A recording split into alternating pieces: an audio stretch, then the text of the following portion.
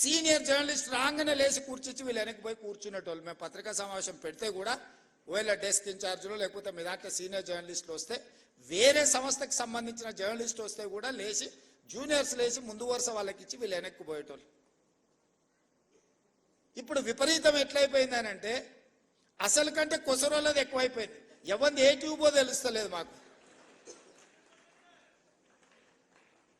ఇక ఆ ట్యూబ్లో ఎక్కడికంటే అక్కడికి వెళ్ళిపోయి ఏది పడితే అది మాట్లాడితే అక్కడ ఉన్న ప్రజలు ఏమన్నా అంటే చూసిరా జర్నలిస్టుల మీద దాడి అని. జర్నలిస్ట్ అనే పదానికి డెఫినేషన్ ఏందో మీరు డిసైడ్ చేయండి. మేము ఎవరిని జర్నలిస్ట్గా చూడాలో మీరు చెప్పండి. ఎవడు దోస్తే వాడు ట్యూబ్ పెట్టుకొని ఆ ట్యూబ్లో పెట్టుకొని వాడు మెడలో పట్టేసుకొని మెడలో ఇది కట్టుకొని వాడు నేను ట్యూబ్కు జర్నలిస్ట్ అని బయలుదేరితే వాళ్ళు వివరించే విధానాన్ని బట్టి ప్రజలు వివరిస్తారు. ఏది పడుతుంది మధ్యలోనే అడ్డం దొడ్డం మాట్లాడి ఏదైనా ఏమన్నా అంటే చూసారా జర్నలిస్టుల మీద. సో ఈ విధానానికి ఎక్కడో ఒక దగ్గర పులి స్టాప్ పెట్టాలి. దీన్ని ఆలోచన చేయాల్సింది మీరే. ఎందుకంటే ఇంతకంటే పెద్ద సందర్భం నాకు దొరకదు మీకు ప్రభుత్వం వైపు నుంచి కానీ ప్రజాప్రతినిధిగా మేము ఎదుర్కొంటున్న సమస్యల్ని మీ దృష్టికి తీసుకురావడానికి ఇంతకంటే మంచి అకేషన్ ఏమి ఉండదని నేను భావిస్తున్నా. అక్రిడేషన్ కార్డుల గురించి పెద్దలు శ్రీనివాసరెడ్డి గారు చెప్పారు. ఇద్దరు శ్రీనివాసరెడ్డి స్క్వేర్ ఈరోజు మీ సమస్యల్ని మీ ముందర పెట్టారు. నిజమైన జర్నలిస్టును ఒక్కరిని కూడా అగౌరవపరచాలన్న ఆలోచన కానీ వాళ్ళకి అక్రిడేషన్ కార్డులు కానీ ఆరోగ్య భద్రత కార్డు కానీ ఇంటి పట్టాల విషయంలో కానీ మీకు ఎలాంటి నష్టం జరగకుండా చూసే బాధ్యత ఈ ప్రభుత్వాన్ని అని చెప్పి నేను మీకు మాట ఇస్తున్నా. కానీ అట్ ద సేమ్ టైం ఈ ప్రభుత్వం ఎదుర్కొంటున్న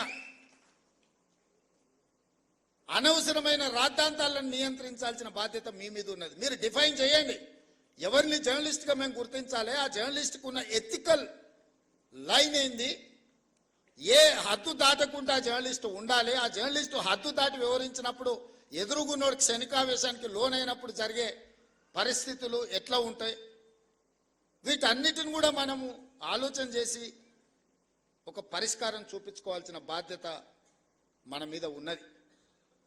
నేను ఇంకొక మాట కూడా చెప్పదలుచుకున్నా. ఈరోజు సిద్ధాంతాలు రాసుకోవాల్సిన పత్రికలు ఇష్టారాజ్యంగా అసలు ఏ భాష వాడాలనో జర్నలిస్టులకు కూడా కొన్ని నిబంధనలు ఉన్నాయి కదా. అసెంబ్లీలో మేము ఏదైనా మాట్లాడితే రికార్డుల నుంచి తొలగించడమనో లేకపోతే ఈ భాషకు పద్ధతి లేదనో మనం పార్లమెంటరీ వ్యవస్థలో మనం అనుకుంటున్నాం కదా.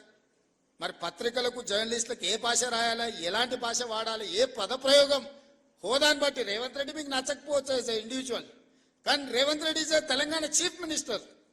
తెలంగాణ చీఫ్ మినిస్టర్ అనేది ఒక గౌరవప్రదమైన హోదా. ఒక జర్నలిస్ట్ అనేది ఒక గౌరవప్రదమైన హోదా. వ్యక్తిత్వం నీకు నచ్చవచ్చు నచ్చకపోవచ్చు, ఆ హోదా మనమందరు ప్రజలందరూ కలిసి ఇస్తే వచ్చిన హోదా. ఆ హోదాని గౌరవించాల్సిన బాధ్యత ఆ పత్రికలకు కానీ ఆ పత్రిక యజమానుల ముసుగుల్లో ఉన్న రాజకీయ పార్టీ నాయకులకు కానీ ఉండదా? వాళ్ళకి లేనప్పుడు మేమెందుకు పాటించాలా అనేది నా ప్రశ్న. దీన్ని అడ్వాంటేజ్ గా వాడుకొని సీఎం అయింది రేవంత్ రెడ్డి. అయితే అయినవయ్యా, తిను మంచిగా తిను.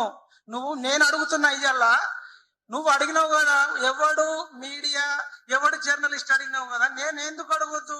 ఎవడు రాజకీయ నాయకుడు, ఎవడు నిజాయితీ గల రాజకీయ నాయకుడు, ఎవడు డమ్మీ రాజకీయ నాయకుడు అని అడుగుతున్నా.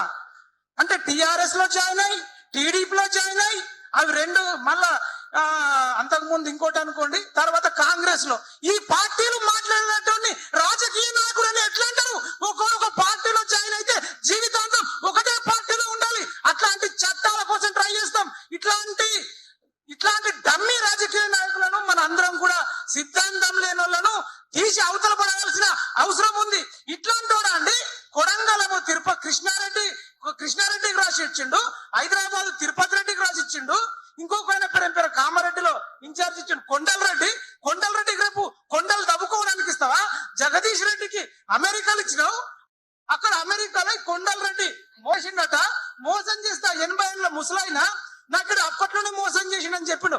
అడగకూడదా? ఇట్లాంటి ఆట మొదలైంది. ఇంతకాలం ఏమనుకున్నామంటే పోనీలే అనుకున్నాం. ఏందా నీ మాటలు?